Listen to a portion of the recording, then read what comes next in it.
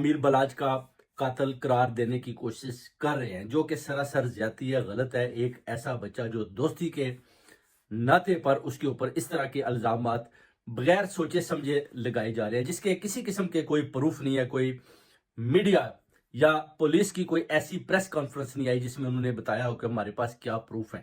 ٹنڈے کر دینے سے کوئی یہ تو نہیں کہ آدمی مجرم ہو جاتا ہے یا ملزم ہو جاتا ہے۔ یہ بالکل سراسر ایک جھوٹی کہانی ہے جو یہ میڈیا پر دکھا رہے ہیں، تاکہ لوگوں کا جو دھیان ہے وہ بس آسن شاہ کی طرف لگا رہے۔